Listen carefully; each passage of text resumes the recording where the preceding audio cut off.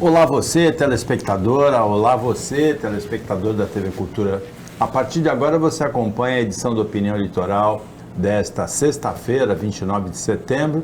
Vai participar como comentarista o advogado Roberto Mohamed e a gente tem a honra de receber aqui um dos ícones do jornalismo brasileiro, jornalismo da Baixada, Mohamed, o jornalista Márcio Calves. Olha, Paulo. Boa tarde. Boa tarde. Tem alguns amigos que eles são como diplomas. Porque a gente sabe que eles são tão criteriosos... Não é o meu caso, né? Não. Eles são tão criteriosos na escolha dos seus amigos que você poder chamá-lo de amigo é um privilégio, que você agrega no seu próprio currículo. Eu sempre digo, quando você quer saber se alguém vale alguma coisa ou não, ao invés de você perguntar, porque se você pergunta para uma pessoa que não gosta dele, ele vai falar mal. Se você pergunta para uma pessoa que gosta muito dele, ele vai falar bem. Olhe com quem ele senta na mesa. Isso já vai dizer como é o caráter dele. E sentar na mesa com o Márcio é um privilégio. E eu vou começar já colocando o Márcio na fogueira. Márcio, a gente está passando por um período em que a posição ideológica acaba definindo as pessoas. E você é um jornalista do tempo que se fazia jornalismo de verdade. Não era essa coisa de blogueiro, de gente que usa a internet para falar um monte de bobagem. Você era um cara que eu vi chegando para anunciante gigantesco, reclamando de uma determinada notícia, e você falar, se o senhor tem alguma reclamação, o senhor reclama com o diretor comercial, eu sou o redator-chefe e vai sair a matéria.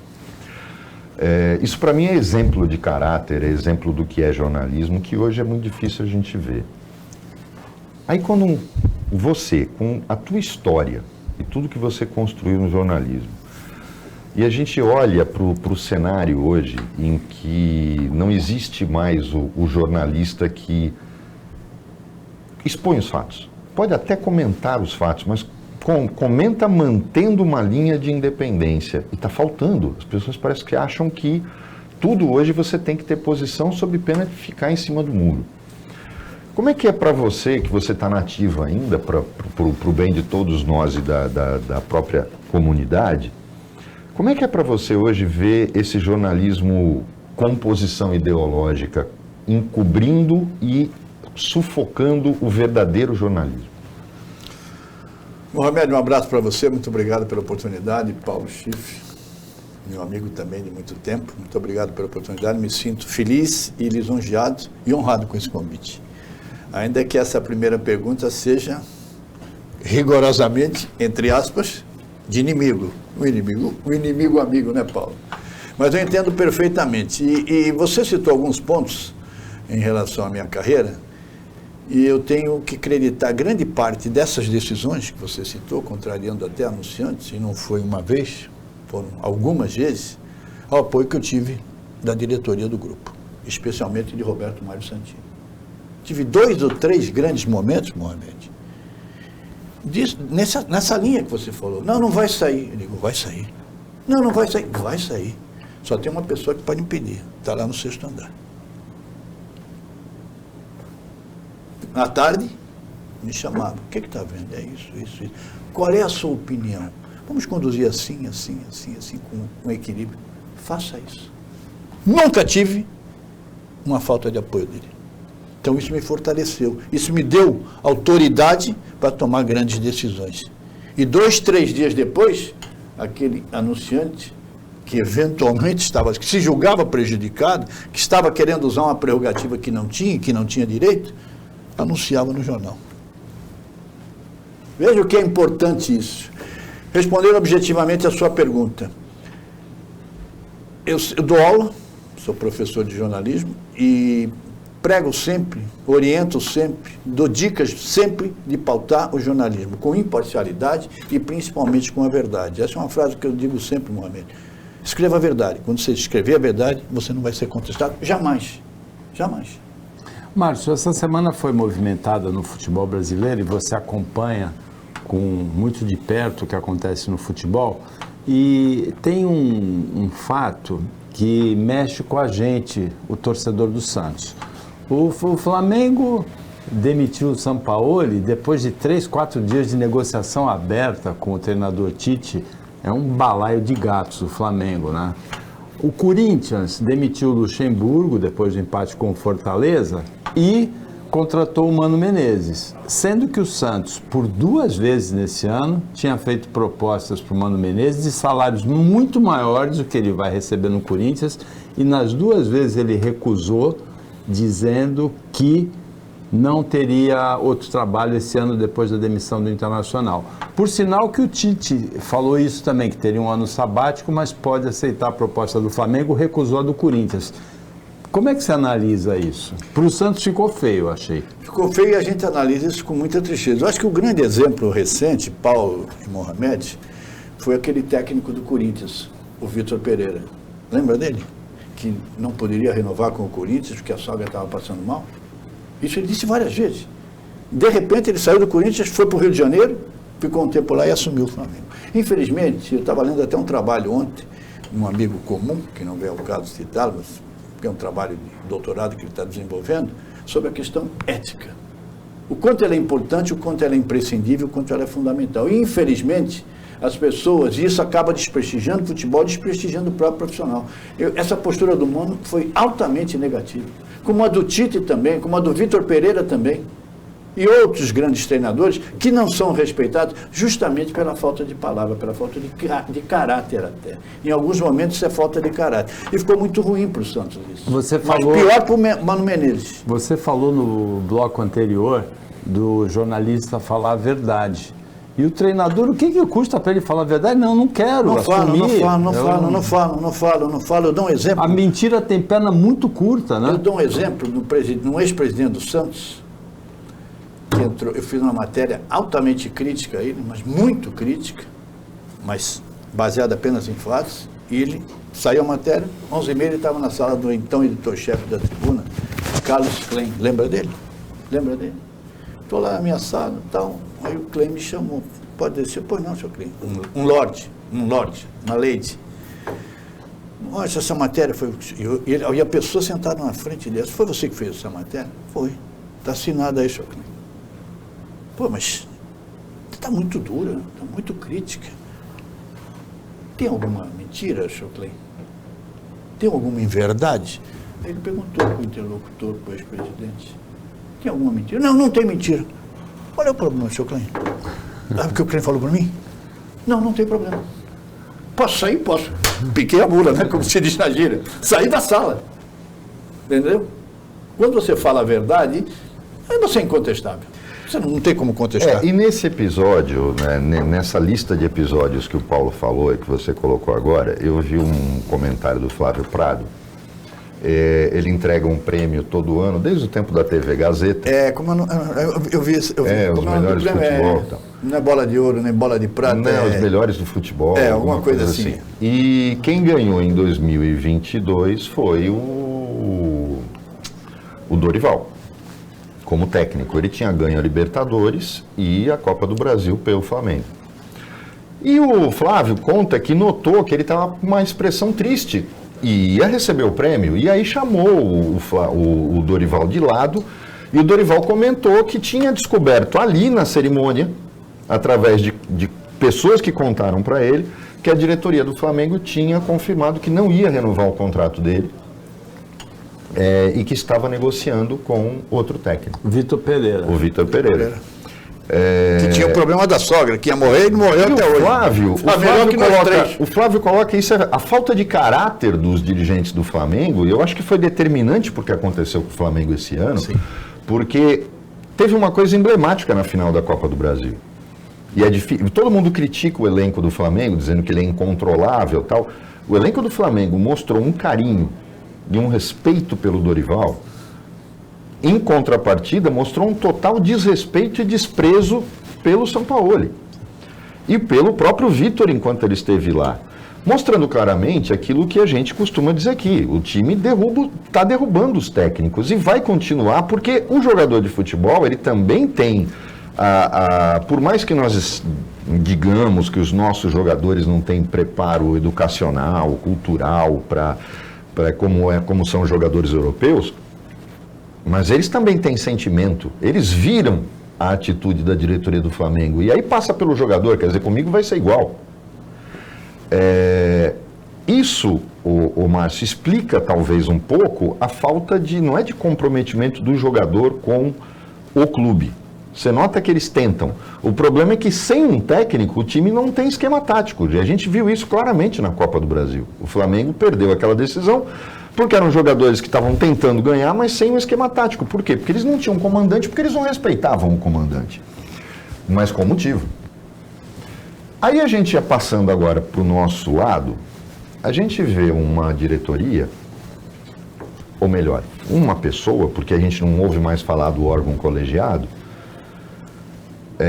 que me parece ter um problema muito claro de não viver a realidade. Luxemburgo caiu do Corinthians e a gente sabe que o Luxemburgo tem a sua história, mas é a sua história, está na hora de se aposentar. E o Sampaoli, o Santos tentou negociar com os dois. Agora? Agora. O Galo está com conversas com o Luxemburgo e o Rueda pessoalmente tentou conversar com o Sampaoli. Isso depois de ter colocado 4, 5 técnicos no Santos. Não, 8. Não. 8. Com os interinos, 12. Com os interinos, Com os interinos, 12. Quer dizer, em 3 anos. eu Menos disse 3 anos. inclusive no ar, não aqui, mas disse no programa do Douglas, que eu acho que é caso de interdição do Rueda. Porque ele não é normal. Não é possível que um homem diga, e não é possível que alguém insista em dizer, ele não entende futebol, mas ele é um bom gestor. Como assim bom gestor? O Santos está pagando salário contratual, acho que para 4 ou 5 técnicos. Isso é administrar um clube? Não. As contratações que fez... Isso é gestão temerária. Exatamente, é Você motivo para conhece impeachment, mas o conselho não existe, Não, então... Porque hoje o conselho, ele ganhou as eleições, ele montou o conselho todo é dele. Então, me espanta, me causa espanto que a gente tenha ainda no Brasil, depois de tudo que aconteceu, parece que as coisas não vão para frente, mais grave do que a falta de ética dos técnicos é o amadorismo dos dirigentes que continua igualzinho. É inacreditável. Inclusive, é uma coisa para o Márcio analisar depois do intervalo, nos casos do Flamengo, do Santos, do Corinthians, fica muito claro que o problema é de gestão, não é de treinador. A gestão é muito ruim, não tem como o treinador na ponta resolver como o Sampaoli fez, por exemplo, em 2019 no Santos, tomando as decisões. Mas nesse momento, o problema é de gestão, como diz o Mohamed, não é problema de treinador. O Opinião Litoral volta depois do intervalo.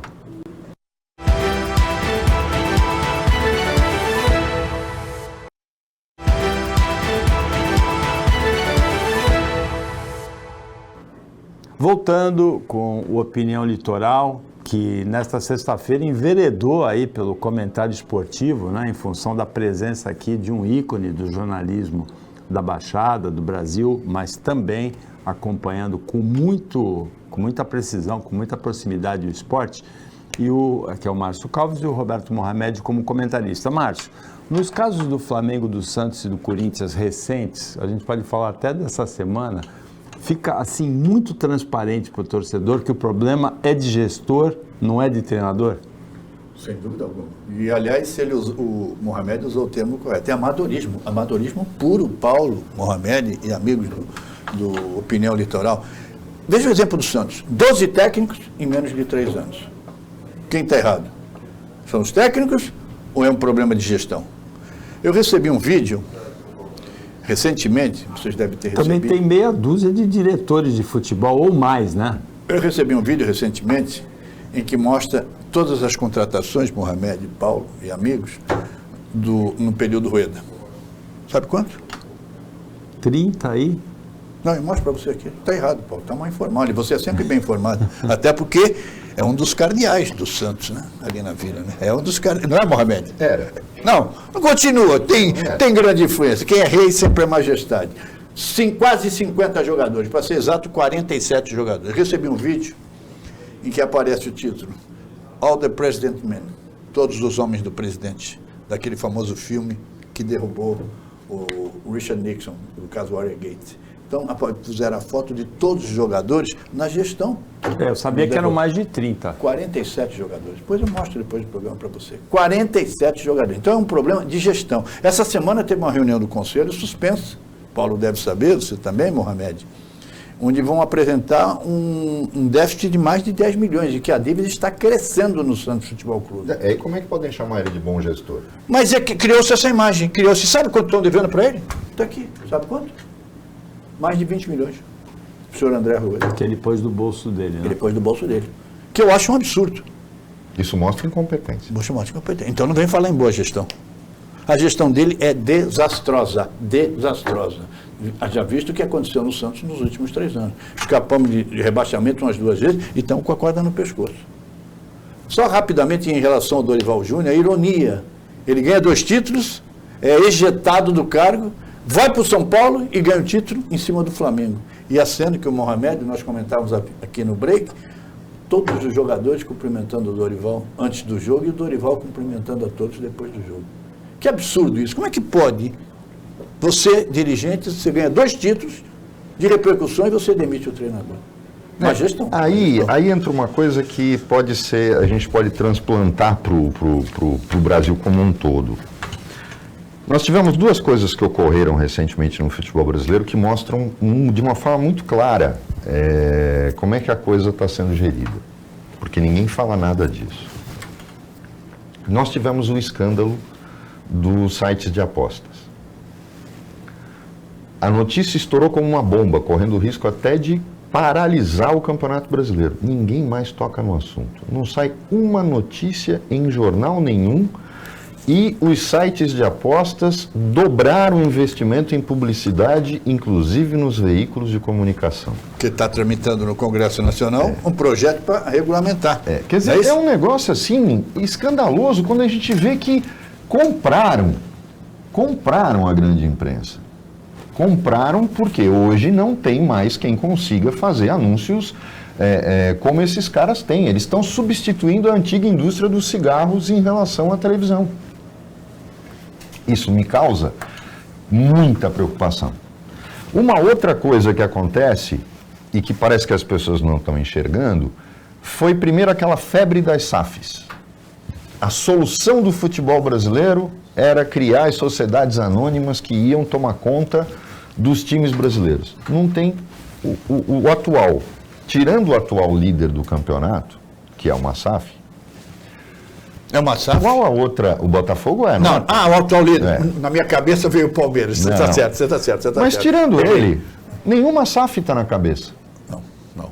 Então, Bahia ruim. Bahia para cair, Cruzeiro também. Vasco agora que está se recuperando. E tá Cruzeiro também. Exatamente. Então, aquilo que era apontado como solução, Márcio, de repente a gente vê que não é, e que acabou deixando com que muita coisa fosse por debaixo do tapete, porque as SAF chegaram, cobriram as dívidas escandalosas que foram deixadas de curto prazo, estão mantendo os times ali. A diretoria do Cruzeiro, por exemplo, antes da venda, tinha que ser todo mundo preso. E aí ficou tudo contente, venderam, é o Ronaldinho que está lá e está tudo certo. E a gente vê que tudo continua a mesma coisa. Está parecendo o Brasil. Quer dizer, o nosso grande problema da nossa história, que é o do futebol e é o de tudo, é o diabo da falta de ética. Por que será? De onde vem essa falta de ética cultural e histórica? E amadorismo, né? A falta de ética e amadorismo, né, Mohamed? Os dois. A ética é fundamental. Disse há pouco que eu estou lendo um trabalho justamente sobre a importância da ética. A ética é fundamental e, infelizmente, não existe no futebol brasileiro. Isso é vergonhoso para nós. É vergonhoso. E o mundo sabe disso. Estão juntos. Se a falta de ética com o amadorismo, dá isso que é o futebol brasileiro. Mas vou lhe dar uma informação. Engraçado, eu não vi hoje em nenhum site, Paulo. Ontem houve uma reunião especial do STJD em São Paulo. Sabia disso? Para julgar os jogadores envolvidos no caso de aposta. Não teve uma divulgação disso. Hoje eu não vi nenhuma. E a sessão foi ontem em São Paulo, justamente para descentralizar, sair um pouco do Rio de Janeiro, trouxeram a reunião para São Paulo. E o julgamento começou ontem às 13h e foi até às 8h. Eu não vi uma notícia sobre isso. Mas estão tentando, parece que vão punir pelo menos esses 2 jogadores. O Bauerman do Santos foi punido, né? Foi para lá e já voltou, não é isso? Enfim, o futebol brasileiro precisa crescer, precisa evoluir. Na Inglaterra, nenhuma publicidade pode envolver essas empresas de aposta. É proibido. Na verdade, o brasileiro precisa crescer, né? E se precisa amadurecer, né? Esse é o grande problema. Aí é mais profundo, né? Tem que ter mais consciência, né, Paulo? Né, Mohamed? Agora, Paulo, vamos trazer o Márcio pro... Ele não gosta muito de falar de política. Não, eu adoro falar de política. Que política, meu Deus do céu. Você mais do que eu sabe. Não, mas vamos sair você, meu Deus do céu, mas vamos embora. Vamos sair do espectro bolsonarista e vamos cair aqui para a nossa região. E depois eu quero 30 segundos para me defender, porque eu estou sendo difamado pelo seu Paulo Chifre. Mas depois eu conto a história. Vou deixar você mesmo contar a mentira que ele está contando. É brincadeira, ele é brincadeira. Meu amigo, ele tem a brincar. Márcio, a gente tem uma... Porque a eleição municipal, eu sempre digo aqui, ela não é tão impregnada do ponto... As pessoas podem achar que sim, mas eu não vejo como impregnadas por estas posições ideológicas. Porque a pessoa quer um prefeito que resolva os seus problemas do dia a dia. As pessoas não enxergam que o presidente da República também é assim. Mas ali a guerra ideológica está formada e não vai acabar tão cedo. Mas nas eleições municipais, eu acho que isso tem um peso muito menor. O que conta é a capacidade do candidato ou do prefeito que busca a reeleição em questões como zeladoria, competência, um mínimo de honestidade, porque a gente sabe que política não é para vestal. Mas me parece que a gente está caminhando em Santos, ao contrário das outras cidades, eu não vejo isso acontecer em nenhuma outra cidade da Baixada, por uma polarização ideológica. A candidata que representa o Bolsonaro com o candidato que repete a linha do Rodrigo, que não foi bem sucedida na eleição para governador passada, que é de eu não me meto em assuntos políticos nacionais. Isso não existe. Porque a partir do momento que você provoca a polarização, você tem que entrar nela. E a gente tem uma coisa agravante aí, porque a gente tem uma briga política entre dois deputados federais da nossa região. Uma região que tem 1.200.000 habitantes, ou 1.200.000 eleitores, que vai de São Sebastião até o Vale do Ribeira. E que só conseguiu eleger 4 deputados federais, quando a gente tinha capacidade para ter feito 8 ou 9. Por que a gente nunca consegue ter uma representatividade desse tipo? Por que os votos são tão pulverizados e a região não entende que, embora a gente não tenha voto distrital, é preciso você ter bancada regional? Sem dúvida, fundamental. Por que é tão difícil para as pessoas da nossa região votarem, pensarem dessa forma? Eu tenho que votar no menos... Não tem... Bom... no menos pior daqui, porque pelo menos eu posso encontrar com ele na praia. A pergunta é difícil. E que é histórico isso. É histórico. Mas a resposta é uma só, pelo menos na minha opinião, posso estar errado. Aproveitando aqui a opinião litoral, eu posso estar errado. Mas para mim, um termo, ou duas palavras, ou 3, falta de consciência política. 4. Para mim, o grande problema do eleitor brasileiro é a falta de consciência política. Se o eleitor... Vamos pegar o eleitor regional, tiver consciência política, ele vai saber da exata necessidade da região fazer uma grande bancada federal e uma grande bancada estadual. E evitaria com certeza, Mohamed, Paulo e amigos da Opinião Litoral, evitaria com certeza essa pulverização. Hoje nós temos 2 deputados federais, só. Então, para mim, a grande questão é a falta de consciência política. O voto distrital é uma opção boa, mas hoje... Isso a curto prazo, não sei, teria que passar por uma reforma política, eu acho que ela não vem a curto prazo. Eu acho que a grande questão é o grande problema é a falta de consciência. O eleitor precisa estar comprometido com a região e precisa ter consciência política da importância de você fazer uma bancada. E isso, infelizmente, nós não temos. Pega a eleição para vereador, quais são os critérios que você elege um vereador? Na amizade? No conhecimento? No favor? Isso vai ampliando para o estadual e vai ampliando para o federal. Então, para mim, é consciência política. Um processo lento de amadurecimento, de criar maturidade política, que outros países têm. Você tem o Chile, o Chile tem maturidade política. O Rio Grande do Sul tem uma maturidade política importante. Nós, infelizmente, não temos no todo do Brasil e principalmente na região metropolitana. Agora, essa semana, você concorda? Márcio? Sim, mas eu acho que é um empobrecimento da região em questão de tudo, cultural. É curioso como o Santos era um polo de conscientização e um polo de resistência durante a ditadura Você militar. lembrou bem, E tinha uma única faculdade de Direito em Santos, tinha uma única faculdade de Engenharia em Santos. Hoje tem um monte e você não forma ninguém. Nós temos hoje menos desembargadores no tribunal do que nós já tivemos quando tinha uma faculdade só, que nem universidade era.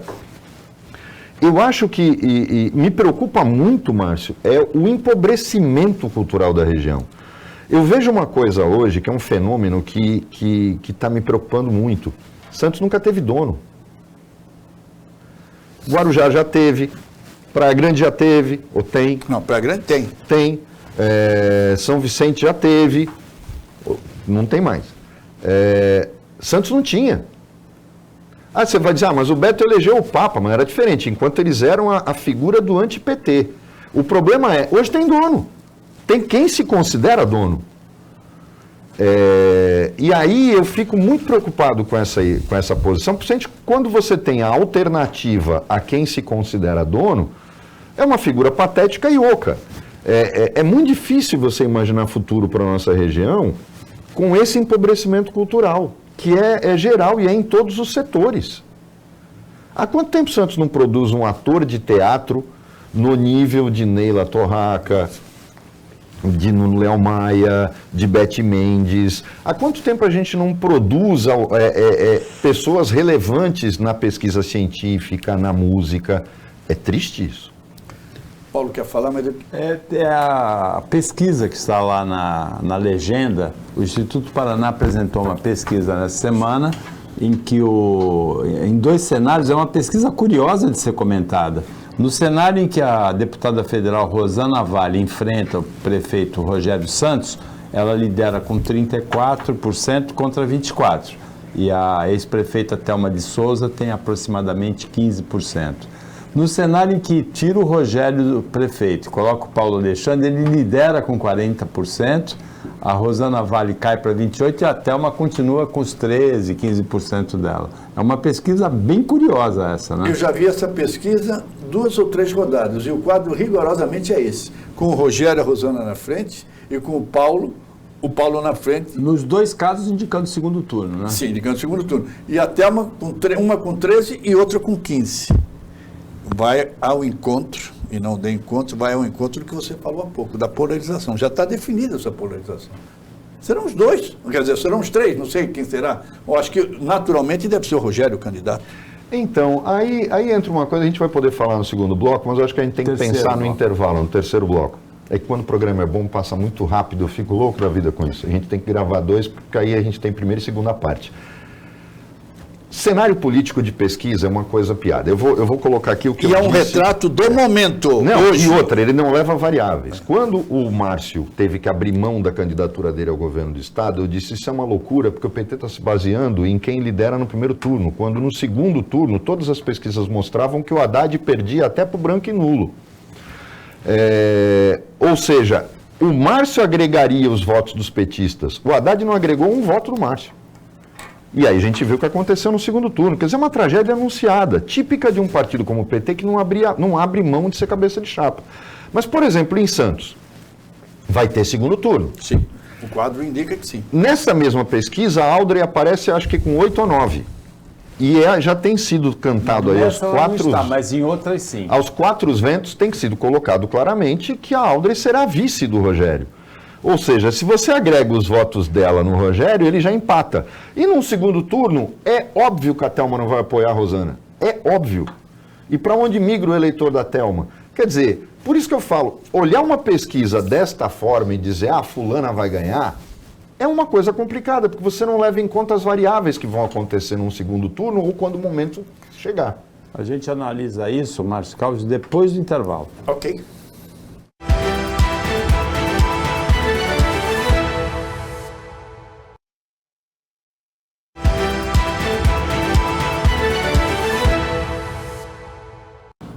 Voltando com a opinião litoral, agora é o último bloco. O Roberto Mohamed, comentarista. O Márcio Calves é o nosso convidado, com muita honra, com muito prazer. E ele vai destrinchar para você agora a pesquisa do Instituto Paraná. O que só você viu nessa pesquisa, Márcio?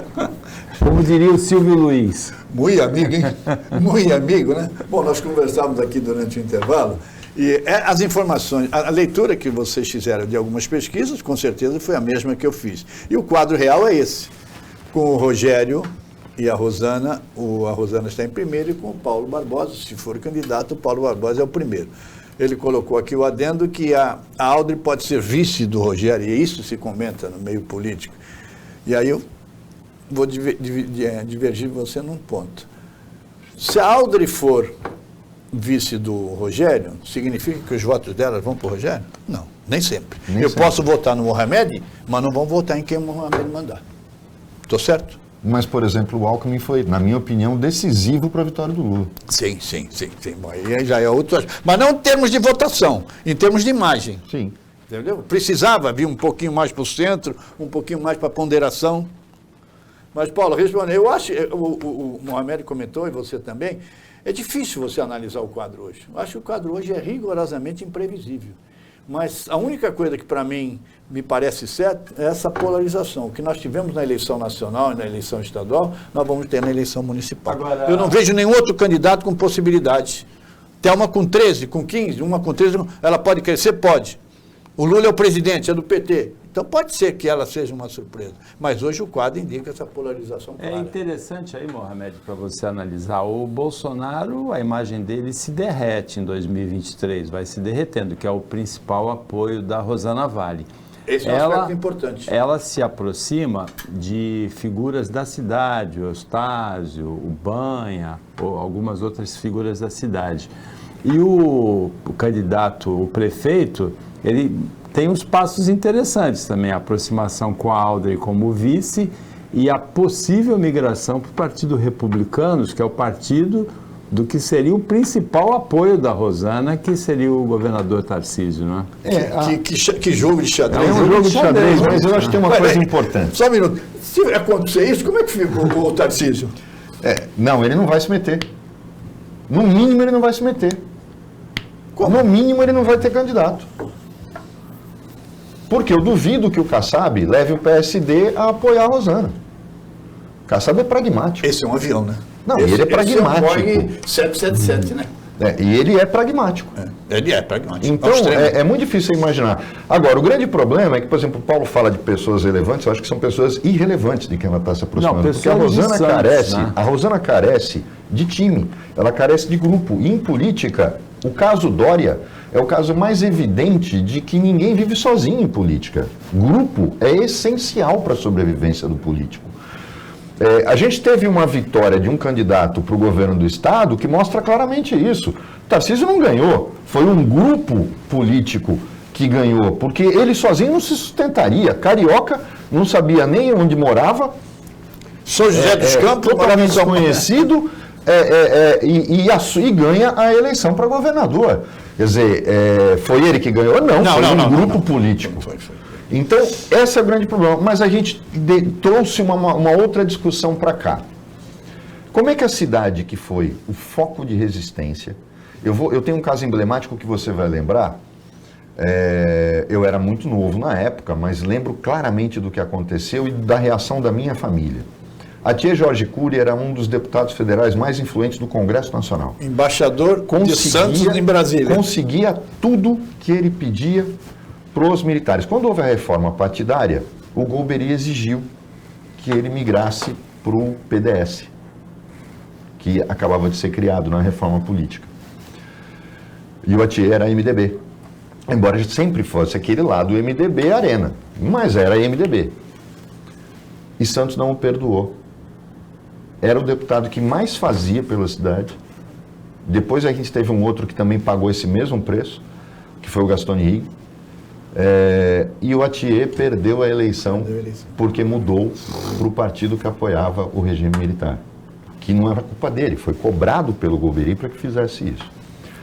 A esta cidade que foi um berço do sindicalismo, que foi um berço da resistência ao golpe militar, que elegeu nomes... Cidade Vermelha era o rótulo da Cidade Vermelha da resistência, tanto que só foi intervenção? Mais do que... Foi a única cidade do litoral, além da capital, que perdeu a autonomia. Não, Cubatão. Cubatão também. Cubatão, mas Cubatão era uma questão econômica, era uma questão de posição. Em Petrobras, essas coisas todas. Mas a gente nota que esta cidade virou do avesso. Ela mudou completamente. Ela se tornou uma cidade de direita, uma cidade reacionária, uma cidade. Ela não era conservadora, ela é reacionária. Elegendo políticos que têm uma posição que a gente fica até espantado, a ponto de um vereador em Santos, com o apoio de 14 vereadores, querer dar uma medalha Brás Cubas para o Bolsonaro, no momento em que ele está derretendo politicamente. Aí fica aquela coisa, propuseram até para o Milton Ribeiro medalha. Quer dizer, é uma coisa que fica espantado. Aí fica a pergunta, Márcio, eu ouvia muito quando era pequeno o seguinte: o liberal de hoje é o conservador de amanhã. Será que foi o envelhecimento da nossa população? Pode ter sido, mas é um fato que merece um estudo mais aprofundado. Vamos ampliar um pouco o quadro. Pega a região metropolitana na última eleição presidencial. Ele ganhou em 8. O Bolsonaro ganhou em 8. Só perdeu em Cubatão. E em Santos ganhou disparado. 55-45. 10 pontos. Pois é, Paulo, mas é um quadro. Se você levar em consideração, como o Mohamed lembrou, o passado, a história de Santos principalmente, é um quadro surpreendente. Será que é o envelhecimento? Não sei sinceramente, mas era um caso para ser estudado. Precisa aprofundar essa questão e projetar o que vai ser o ano que vem em termos de eleição municipal. O Bolsonaro está derretendo. Será que isso não vai ter reflexo? E apesar, não vai ter reflexo na eleição municipal do ano que vem, sem dúvida alguma. Sem dúvida alguma vai ter reflexo. Concorda? Eleição municipal do ano que vem, que tem o prefeito Caio Amado de São Vicente como candidato à reeleição. E antes da gente terminar, tem uma notícia que a gente não poderia terminar a semana sem o Roberto Mohamed comentar essa notícia. São Vicente... Vem provocação. Eu conheço. Olha lá, você está vendo? Eu devolvo sem deixar a bola você está vendo? Não, eu queria lhe defender. Não, mas não tem problema. Eu mando de bate-pronto. Mandado de segurança, habeas corpus? Não, eu que é um mando preventivo? Pronto, não tem. Mohamed, vou garantir a ele o direito de ficar em silêncio. É uma notícia fofa. São Vicente está escolhendo a árvore símbolo da cidade. Eu queria saber se você vai votar. Pode ser a quaresmeira, o ipê amarelo, o manacá da serra ou o jacarandá mimoso. Eu acho que tinha que ser o pau-brasil. Agora, eu vou dizer uma coisa. Como é que um prefeito Posso cumprimentar pela resposta? Na verdade, como é que você pode um prefeito decretar estado de emergência financeira e acaba de mandar um projeto para a Câmara criando cargos comissionados? Não bastasse aumentar o número de secretarias, ele mandou criar cargos comissionados. Quem? É muita cara de pau. O ilustre prefeito de São Vicente, eu de agora em diante não vou mais falar o nome dele aqui. Ele está sufocando a cidade, dizendo para todo mundo que ele é um coitadinho, chorou no ombro do Tarcísio. Foi. Numa mentira, e que eu vou no próximo programa explicar para o eleitor, embora a própria Renata Rai já tenha aqui contado a mentira dele. Como é que ele cria, como é que ele tem cara de pau para negar verba para a saúde, negar verba para a educação, lotar a sala de aula fechando salas porque não tem dinheiro para contratar professores? E ele cria cargos comissionados, é que nem o teu negócio, ele tira dinheiro da educação, mas paga aluguel de carro para levar a secretária dele, porque ela mora em Guarulhos, Osasco, sei lá onde ela mora. É inacreditável, E os prefeitos de São Vicente, realmente, se tiver um campeonato de mediocridade, ele não participa, porque não pode, porque ele é erra concurso. Márcio Calves, jacarandá mimoso, manacá da serra, ipê amarelo, ou qual é o outro? A quaresmeira. Qual que deve ser a árvore símbolo de São Vicente? Você sabe provocar, né? Ele quer provocar. Não. Ele não me perguntou nem por que o pau-brasil, ainda bem, o programa passa de dia. Pois é, existe uma punição papal, viu, Paulo, que chama-se o silêncio obsequioso. De que papa é? Do Não, Papa é uma Francisco? punição da igreja. Um determinado bispo ou um arcebispo comete um determinado deslize e o Papa de Roma o pune com o silêncio obsequioso. O que é o silêncio obsequioso? Durante um determinado tempo ele não pode falar absolutamente nada, ele tem que permanecer em silêncio. Então vou invocar o silêncio obsequioso papal, a punição papal, para não responder a sua pergunta. Agora, ainda que a resposta dele tenha sido, olha, fantástica. Agora, foi só para você. antes dele terminar o programa, pior do que decretar calamidade financeira e criar cargo comissionado, aumentar a secretaria, é político fazer discurso na internet e se vender por secretaria vagabunda. Bem pior. Com isso, com o silêncio obsequioso do Márcio Calves, nosso convidado de hoje, nós chegamos ao final do telejornal Opinião Litoral. Tem alguma observação ainda? Você não ia ficar no silêncio? Não, mas agora é em relação à abertura do programa. Primeiro, eu queria agradecer o convite de vocês, dois grandes amigos de tanto tempo. E segundo, vocês me distinguiram na abertura com adjetivos que, sinceramente, não merecia. Mas eu sou muito grato a vocês. Esse reconhecimento é muito importante.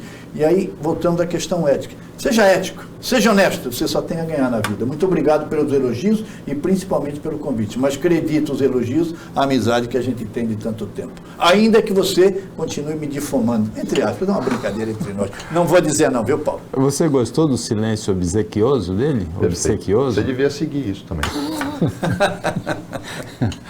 Agradecendo ao Márcio Calves, ao Roberto Mohamed, pelo brilhantismo do programa, o trabalho da equipe técnica de jornalismo do Sistema Costa Norte e a você que acompanhou a gente mais essa edição.